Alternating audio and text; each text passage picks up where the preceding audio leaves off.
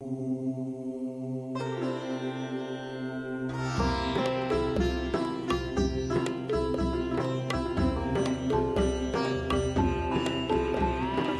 hello. This is Redhawk, and I'm back with the Deep End 2.0. Yes, yes, yes.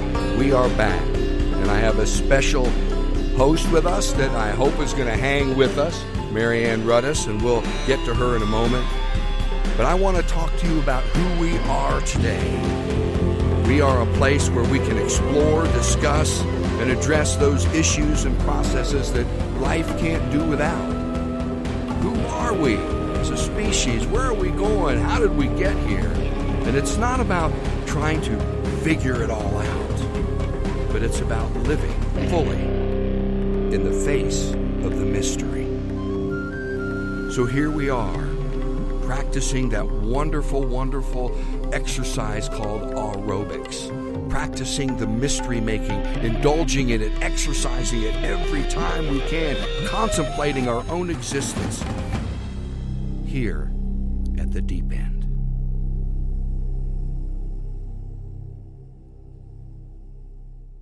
We want to thank you all for joining us today.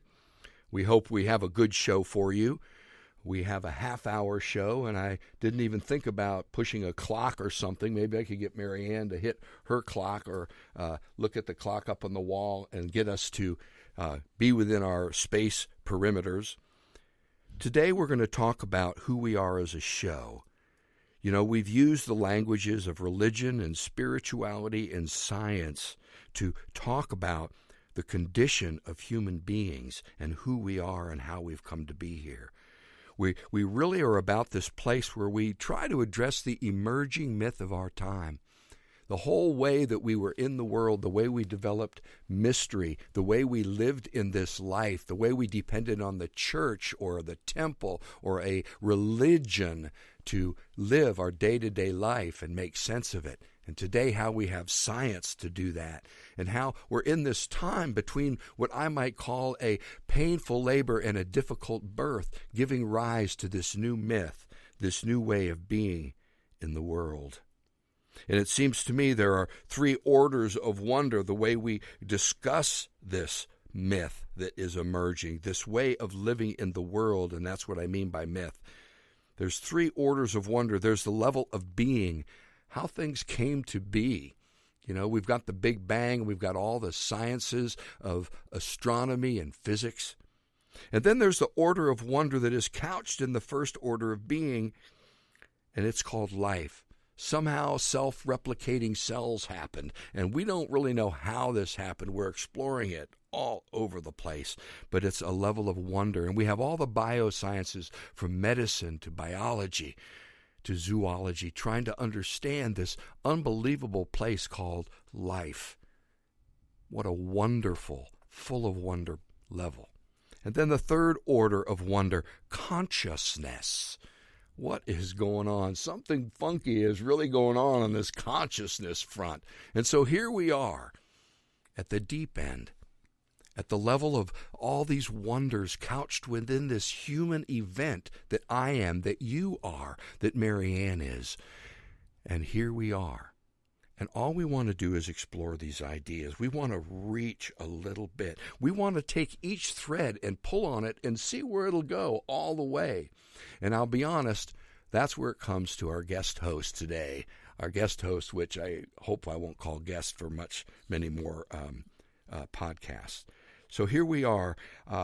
Marianne, I met her through Deep End 1.0. We had a radio show on a local station here in town. It was canceled when Clear Channel got rid of all left-wing and, if you will, reflective radio. So we got canceled, and we've been just hanging out and having conversations. So, Marianne, I just want to introduce you and say, hey, thanks for being here. Well, hello, and thanks for having me here. This is kind of fun. Yeah. You know, Marianne, every time we go out and sit around a cup of coffee or a drink, we go to the deep end, and we just, it's inevitable in our nature to do that. So how did we meet? Well, interesting enough, I was driving in my car and flipped on the radio, and I heard the deep end for the first time. And I was at a time in my life where I was, I've always been contemplating spiritual matters ever since I was a little kid. So when I heard the program, it spoke to me, and it spoke to the things I think about and the things that I wonder about. And so I remember reaching out to you, Redhawk, and I was, like I said, I was at a difficult time in my life, and I was looking for a spiritual advisor, and I contacted you and said, hey, I'd like to know if you do spiritual advising. And you said, no, I don't do that, but I'll have a cup of coffee. And that's how it all began. And so we just started having some conversations and continued. Yeah, and it still continues. And I'm a circle guy. See, I'm not a guy that wants to give you anything more than anything I want to receive from you. I want to be in a circle of people and hear what the deal is. But I don't want to hear the past. You know what I mean? Right. How do we reach for tomorrow? Seriously, in these three orders of wonder, how do we address our condition today? And I mean, isn't that what our conversation has been about since the very beginning? Absolutely. I mean, how do we navigate this and do it in such a way that we acknowledge all of this mystery that surrounds us? Well, I can't say that I actually know. I'll give you a little bit of my credentials. And for those of you who are just getting to know me, to let you know, I feel like I'm retired now, but in my professional life, I feel like I got paid to wonder. I was a pastor for 35 years, and even some before that. I got originally ordained in the Universal Life Church, for those of you who know that. It cost me $1 in the back of Rolling Stone magazine. It was an amazing event. So I've done that for 35 years. Worked in churches. I've watched the dissolution of the church. I've watched how the God that we worship and that most people talk about is a 16th century version of God, and it's not one that I can really subscribe to. When I had the first show, I was in a restaurant, and some guy said, "Hey, aren't you Redhawk?" And I said, "Yeah." And he said, "Well, I listened to your show." And I said, "Cool." And he said, "Well, I'm an atheist." And I said, "Really? Well, what's an atheist?" And he said, "Well, I don't believe in God." And I said, "Well, who's the God you no longer believe in?" And I'll have to tell you all, every single atheist I've talked to, when they told me about the God they no longer believe in, I don't believe in that God either. How about you, Mary? Yeah, it's this kind of interesting place where we are. So who is this new God? How do we take our religious language, our spiritual language, and how do we put science in that, especially when science isn't about, tracking the velocity of how something falls, in simple calculus anymore. It's a quantum revolution. How do you include wave-particle duality in a theological perspective where God is a being? Yeah, see, when you start talking about that, it kind of goes over my head a little bit, because my life experience has been experience. And so how do you take these experiences that you've had that have brought you to the brink of questioning those same kinds of things that the science community, the religious community are all asking? How do you relate that to your own personal experience? And where do your experiences fall in that spectrum of where do you go with it from here? And how does that relate out to all of us? Because I really do believe we're all connected. And so how does that work? Amen. How does that work? And the fact is, I don't think any of us know. No. And that's why dogma has taken such a foothold in our culture, and I mean all of Western culture. That's why I think the church is having a very difficult time. And I hate to say this, but after all those decades in the church, someone asked me, "So, what's your assessment of the church after all those years?" And I said, "Well, it seems to me it's 79% or 75% bullshit. The good news is the bullshit will make the garden grow if you know where to spread it and keep it thin and don't wallow in it. Church is about 10-15% toxic waste, about 5% inert ingredients, and about 5% Jesus, which to me is feeding, clothing, housing, educating. It's about making people live up to their full potential and giving them a field of opportunity in which to explore their options of dharma, their own gifts and predilections. Right, and becoming those hands, the hands of God, to be in the community. I've worked in the nonprofit sector for a long time, so how do you take that and not wait for God to fix all the problems, but realize that we are the ones that fix the problems through that God? Amen. That's Amen. what we do. And now we're at the point where I want to address something that's at the root of it all. And I have a little song, and I have to say I'm going to exploit my music in this show, but it'll only be 2 or 3 minutes a week. And if you don't like it, you can email me at redhawkthedeepend@gmail.com. That's redhawkthedeepend@gmail.com. And we're going to take a little break as we listen to this tune about the root of who we really are.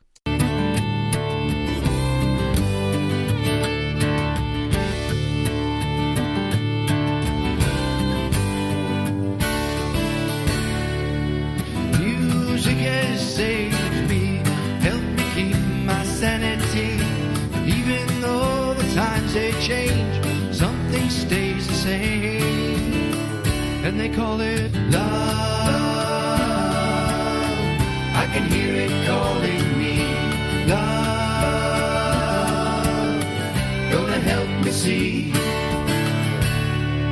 that everything keeps going round.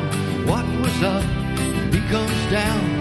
What was bad just yesterday turns to good in its own way. If you listen to love, I can hear it calling you.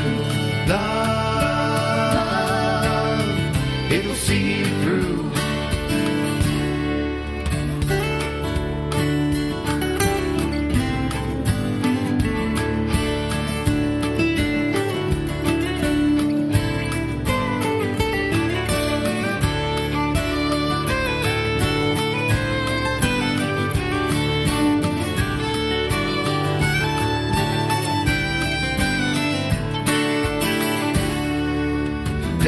Center and dance at the rim. Dance in a circle, let everyone in. Sing the song that life wants to sing. There's a part for everyone and everything. And it's singing love. Can you hear it calling you? Love, it's trying to get through. Oh, music has saved me, helps me keep my sanity. Even though the times they change, something stays the same.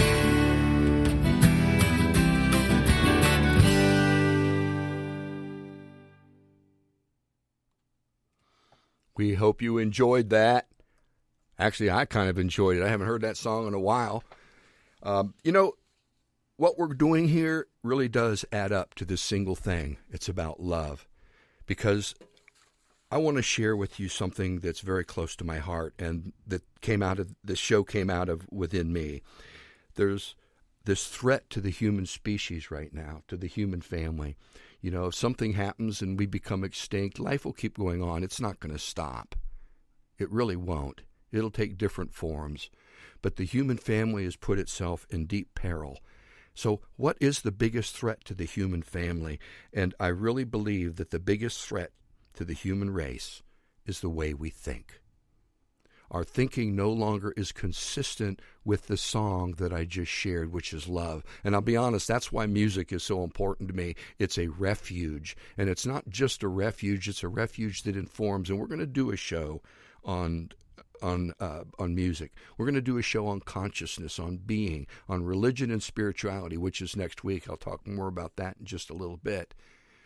But if you have a suggestion for a show, again, you can write me at Redhawk the Deep End, and you can share that suggestion, and we will take it to heart. We want this to be a conversation that somehow evokes the deeper aspects of the human being, that we might reach for those in creative ways. You see, I think evolution is an algorithm. I don't really believe in sin. I believe what we call sin is just an algorithmic reality of don't do it that way, try a different way.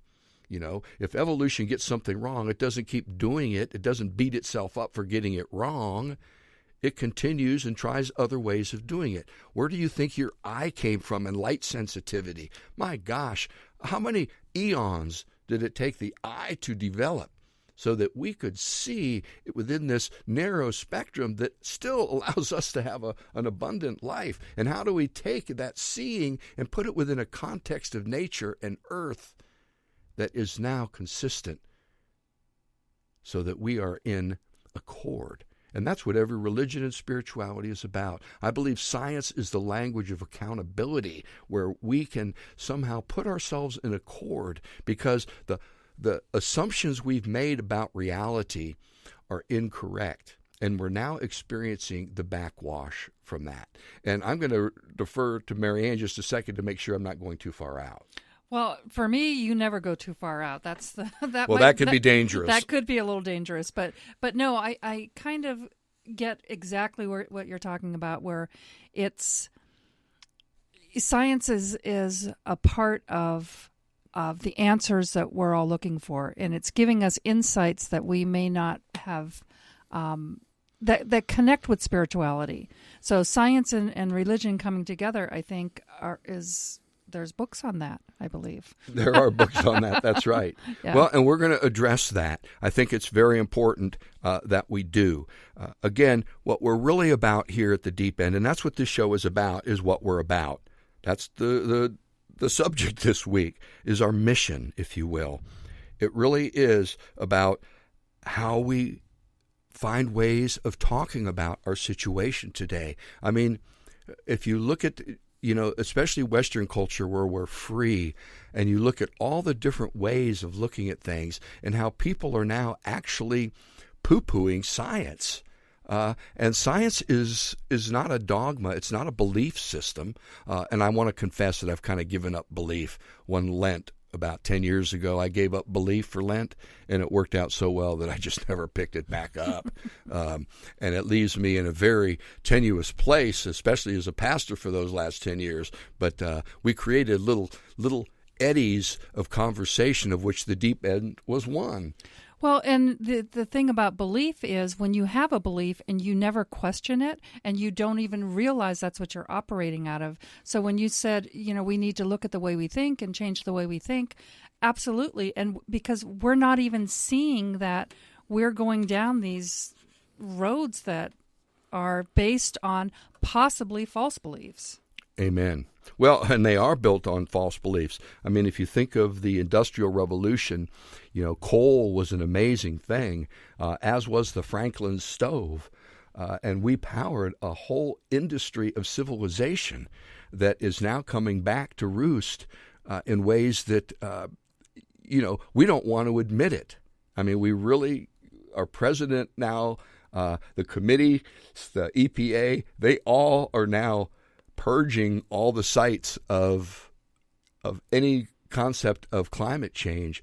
There's this huge denial that's happening, and that's part of one of the defense mechanisms that Freud talks about, which is basically reaction formation.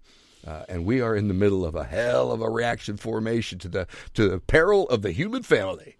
Well, and even on just personal levels, some of the thoughts that we entertain in our heads day to day are going to take us down places that we can't realize why our life isn't working, or why the country isn't working, or why things are not working, because it all comes back to the way we're thinking. And all comes back to the way we're thinking. And here's the thing about thinking. How do we change it? Well, I remember as a child how my thinking changed. It came usually in play. It came in wonder. It came in those places where things got loose and I wasn't so sure.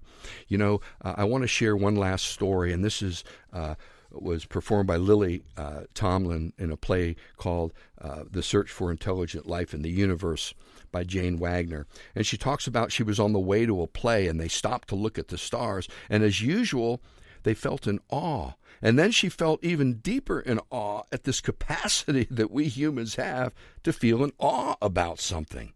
And then, she says, I became even more awestruck at the thought that I was, in some small way, a part of that which I was in awe about. and I felt so good inside. My heart felt so full, I decided I would set time aside each day to do aerobics. Because at that moment you are most in awe of all there is about life that you don't understand. You are closer to understanding it all than at any other time. So my friends, this show, what we're going to have is a sense of play and delight, and sometimes trepidation at the human foibles and where they have led us as in our existential dilemma that we find ourselves in. But we're going to try to practice aerobics at every step of the way. So important. I have nothing else to add to that except that I am so looking forward to this journey and where the conversations go, and hearing from people too. There you go. And to be honest, this conversation, Marianne, it's been part of your life for forever, you know. And as you get to know us and know our the goofiness of our lives and the tragedy of our lives, and you get to, we'll try to let you in on that, because the fact is, it's very difficult. Marianne and I were talking about spiritual activism. How do you live in this world of contradiction and hypocrisy, especially for many of us folks who were brought up on this idyllic cultural fantasy of constitution and freedom and equality, which, you know, I pray is really a dream we're reaching for and not just a fantasy that we're indulging in. And that's part of this conversation of the human family, of how we go into the future. Yeah, how do we live up to our ideals? And are our ideals just more of the same delusion of assumptions that are going to lead us to more consequential backwash that threatens our existential life? Are you talking about unforeseen consequences? Yeah. That's a great question. Yeah, and they come from where we do not see. And so we seek to remove the blinders from our eyes in one more place. Yes. You know, we're going to be doing a lot of shows next week, or for our second show, we're going to be talking about spirituality and religion. They have both been misappropriated in ways that are just amazing in my own mind. So I hope you've enjoyed the show. We've kind of are coming to the end, if you will, and I want some closure. I want to thank Marianne for being here. Well, thank you for having me here. This is going to be great fun. These will be on iTunes. You can find us under podcasts. Maybe some of you already have. We'll post it on Facebook. We will ask if you've listened to this and you've gotten anything out of it, or you want to be part of the conversation, or maybe you already are, because I would say you probably are if you're catching this for any bit of time. Write me at redhawkthedeepend@gmail.com. Also on iTunes, rate us, because apparently that matters. And I don't know what matters in the world of all that hyperspace stuff. Don't look at me, because that's not my world either. I love it. So here's the thing. I really do want to thank you all for listening to the show. I want to thank you not just for listening, but for being part of this conversation, because to be honest, it's not mine and Marianne's conversation.